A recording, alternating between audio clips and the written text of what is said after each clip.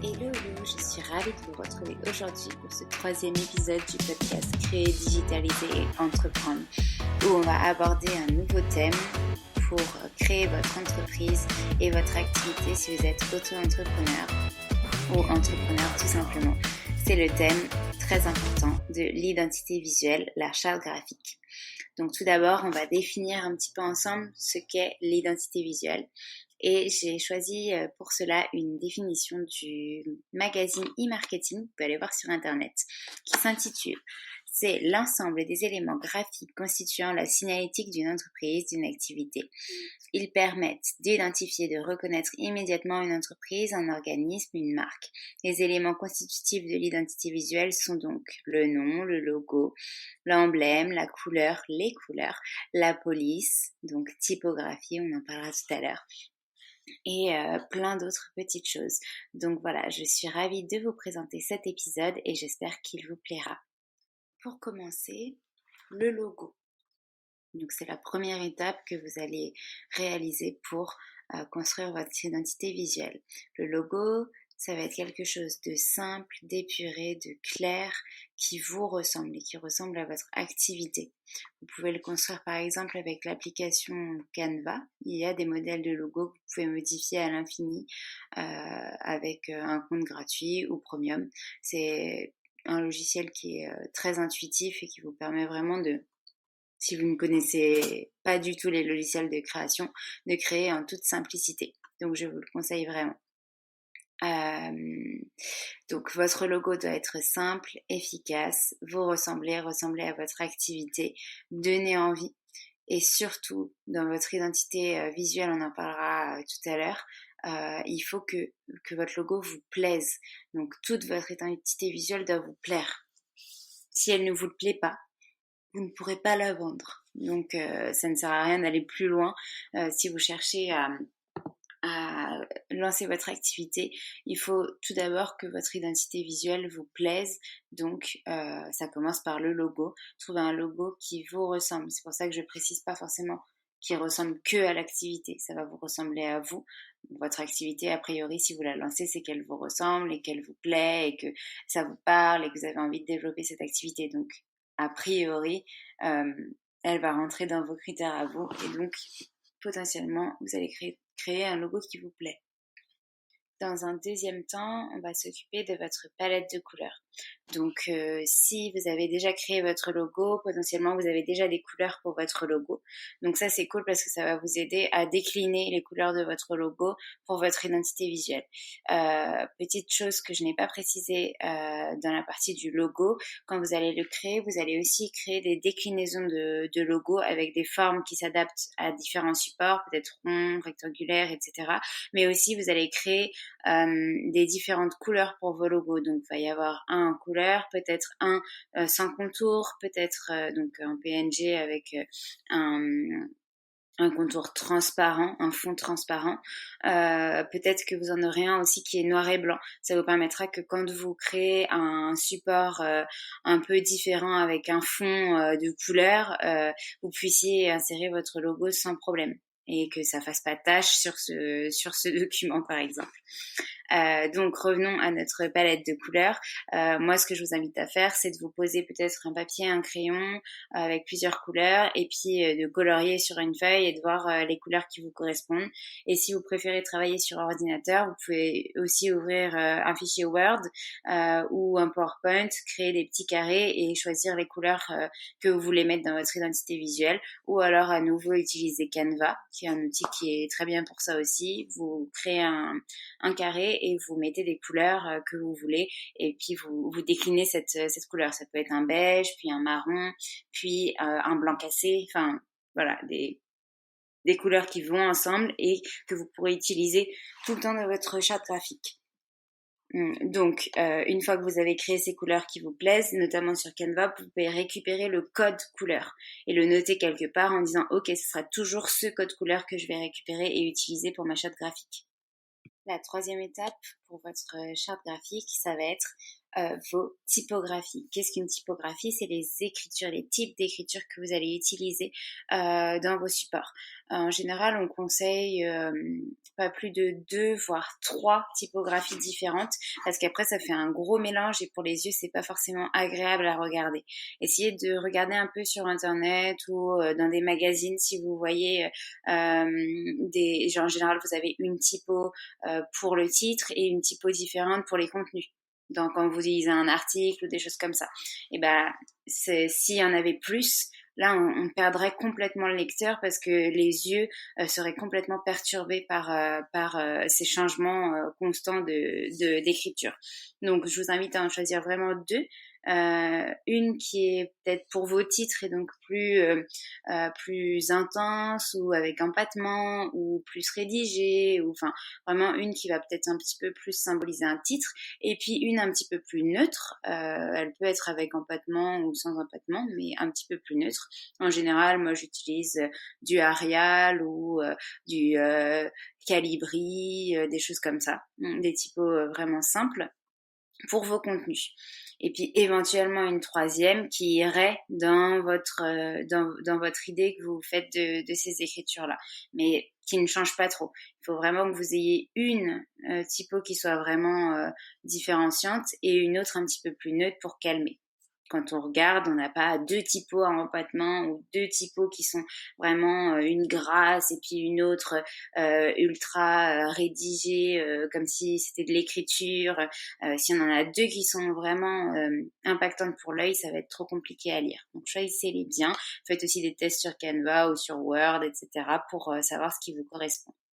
Après, au niveau des typos, toujours, vous allez peut-être vous sentir perdu au départ, à vous dire, mais attends, moi, qu'est-ce que je peux choisir comme écriture pour mon activité je sais pas, je lance une activité sportive, intensive, etc.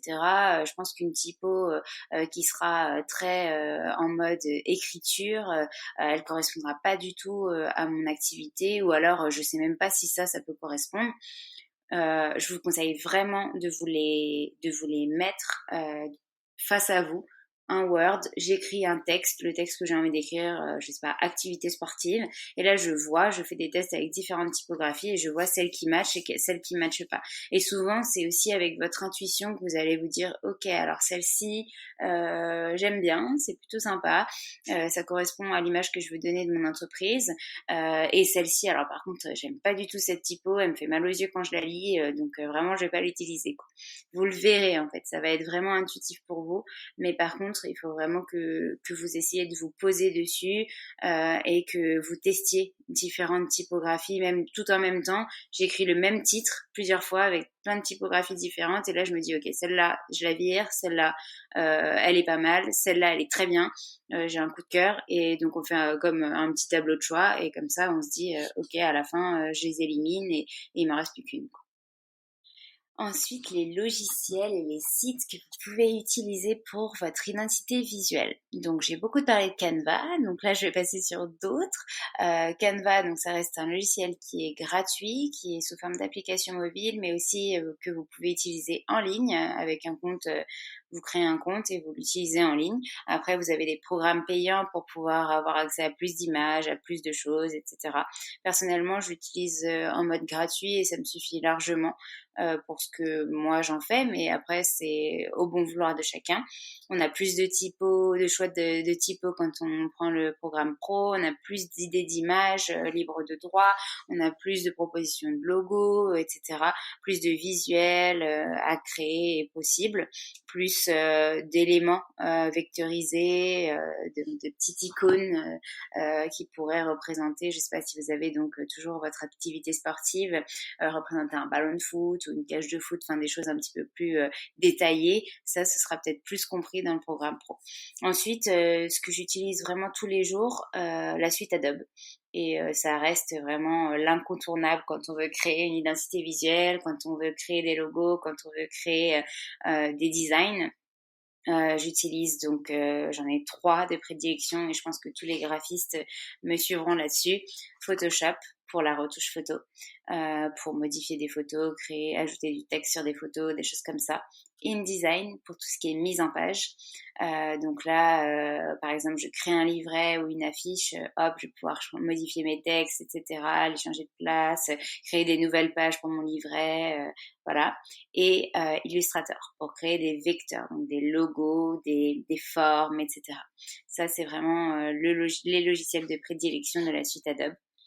Et un dernier que j'utilise pas mal, deux derniers que j'utilise pas mal sur la suite Adobe. Il y a déjà le PDF Creator, donc vous pouvez modifier les PDF. C'est vraiment très pratique parce que quand vous recevez un PDF où il y a des erreurs dedans mais que vous n'avez pas la possibilité d'avoir le fichier source, hop, vous pouvez modifier. Par exemple, il y a une petite faute d'orthographe, je rajoute le petit S qui manque ou voilà. Et il y a aussi Adobe Premiere, donc qui sert à la modification de vidéos. Si vous faites de la vidéo, vous pouvez utiliser Adobe Premiere. J'utilise aussi iMovie sur Mac, qui est beaucoup plus intuitif, mais qui permet de faire quand même moins de choses que Adobe Premiere. Voilà. Pour les logiciels que vraiment je vous conseille pour la création graphique. Et ensuite des sites internet qui vous proposent des images libres de droit pour pouvoir illustrer vos visuels. Mettons, je vais créer un livret ou une publicité et je veux illustrer avec une photo, mais clairement j'ai pas envie de faire appel à un photographe pour prendre des photos sur ci ou ça, ou j'ai pas envie de me prendre moi en photo pour illustrer mon livret. Je veux quelque chose qui est dans l'air du temps et qui correspond à tous, style des photos avec des ordis, des tasses de café, etc. Et ben ça, on peut utiliser des sites internet qui donnent gratuitement des photos libres de droit comme Pexel, Shutterstock. Shutterstock, c'est payant. Il y a Vecteezy aussi au niveau des vecteurs. Vous avez Noun Project. Je vous mettrai les noms dans la description du podcast, comme ça vous pourrez les retrouver. Ça peut être vraiment intéressant pour vous si vous avez pas la possibilité de créer et que vous voulez aller un peu plus vite dans votre création. C'est des logiciels des sites qui permettent vraiment d'aider pour ça. Et pour moi, la dernière étape de la création de votre charte graphique, une fois que vous avez créé tous ces supports et toutes ces choses décorrélées, c'est de créer un mood board qui représente un petit peu tout ce que vous voulez mettre dans votre identité visuelle et donc dans votre activité. Un mood board, vous allez avoir des photos donc libres de droit peut-être avec les couleurs qui sont dedans. Donc mettons j'ai choisi une palette avec des verts, différents verts, et ben je vais mettre des photos avec différents verts, mais sur ces photos il y aura le thème présent de mon activité. Si c'était une activité sportive avec du vert, et ben je vais avoir peut-être des gens qui courent avec enfin voilà dans de l'air, dans la nature. Donc ce mood board il va vraiment représenter votre vision que vous avez de votre activité. Et d'ailleurs vous pouvez aussi rajouter le titre, le nom de votre société, de votre activité dans le mood board. Vous pouvez aussi rajouter votre logo si vous l'avez créé. Et en fait, ce mood board, il vous donnera un peu le ton de ce que vous voulez donner à votre identité visuelle, à votre activité, vraiment votre image de marque. Donc, réfléchissez-le bien. C'est comme un tableau que vous pourriez afficher chez vous. Donc, tant qu'il vous plaît pas à 100%, personnellement, je n'affiche pas quelque chose qui me plaît pas à 100% chez moi. Je fais pas un trou dans un mur parce que j'ai pas envie de prendre le temps de le reboucher si vraiment ça me plaît pas. Donc là c'est pareil, le mood board c'est quelque chose un peu qui va officialiser les choses et qui va surtout poser aussi vos idées. Vous pouvez soit le faire à la fin une fois que vous avez créé ces choses décorrélées, ou alors au tout début quand vous êtes au stade de brainstorming de vos idées, ou alors si vous travaillez avec un graphiste, vous lui envoyez un mood board et vous lui dites ok ça c'est le ton que je veux donner à mon identité visuelle, aide-moi. Donc voilà, le mood board va vraiment représenter votre activité au global et vraiment votre vision. C'est ça qui est important et qui compte. Pensez à votre vision. Mood board égale vision. La vision que j'ai de ma société et de ma future entreprise et de mon lancement et de ce que je veux apporter. Donc déjà, il faut que ça me plaise à moi parce que si ça me plaît pas, comme j'ai dit tout à l'heure, je pourrais pas le vendre. Donc, il faut vraiment que ça vous plaise parce que si quelque chose nous plaît, en général, c'est quand même beaucoup plus facile d'en parler aux gens et de montrer notre passion pour ce projet-là.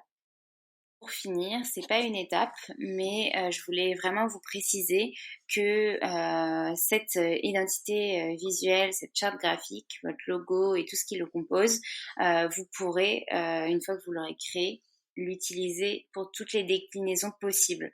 Donc comme on disait pour le logo, on essaye de décliner les couleurs, les formes, etc. D'une manière cohérente pour que cette charte, elle s'applique à l'ensemble de vos supports.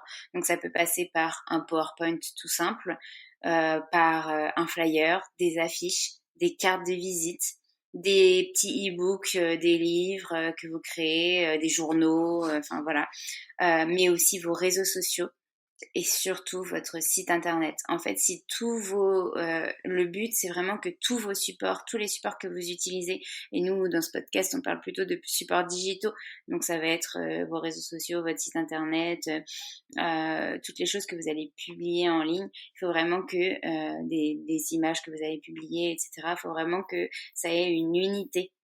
Et que du coup, à chaque fois qu'on voit ce type de visuel avec peut-être ce logo, et même si on met pas le logo, on se rende compte, on se dit ah tiens c'est machin, ah tiens c'est cette boîte-là, cette marque-là, ça soit inné. Un peu comme il y a des jeux, dans des applications de jeux qui nous demandent de deviner le nom de la marque juste avec le logo. Bah là c'est ça. On voit votre charte, on se dit ah c'est ça, oui je connais, voilà. On s'identifie à vous grâce à votre identité visuelle. Et c'est vraiment important. C'est le démarrage de votre activité après avoir vraiment posé ce qu'on avait vu dans le précédent épisode, votre pitch, votre activité, vos objectifs, etc. Donc voilà pour votre identité visuelle. Je vais reprendre globalement les 5 points qui me paraissent importants que j'ai évoqués dans ce podcast. Donc pour commencer, pour votre identité visuelle, il vous faudra un logo. En deuxième point, il vous faudra choisir votre palette de couleurs. Donc on voit une harmonie dans les couleurs qu'on veut utiliser. En troisième point, les typographies. Attention, pas plus de 2 voire 3 typographies différentes. Et il faut que ça ait une harmonie sur tous vos supports. Donc essayez de choisir des typos que vous pouvez trouver un peu partout sur vos supports. En 4, je vous ai parlé des logiciels que vous pouvez utiliser pour la création. Donc à la fois des logiciels de création comme la suite Adobe, Canva, etc. Mais aussi des sites internet qui vous permettent de trouver des images libres de droit ou des vecteurs gratuits pour créer vos visuels, vos logos, etc. Donc je les remettrai dans le descriptif du podcast. N'hésitez pas à me poser des questions si vous avez besoin.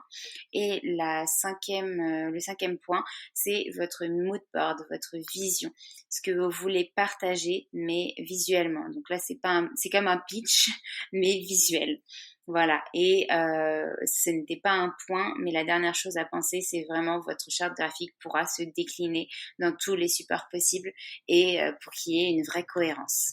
Voilà, j'espère que cet épisode vous a plu, que vous avez pris du plaisir à l'écouter, que vous avez appris plein de choses et n'hésitez pas à me laisser un petit commentaire et une étoile sur iTunes ou à m'envoyer un message privé si vous voulez en savoir plus et si vous voulez me donner votre avis, vos nouvelles idées.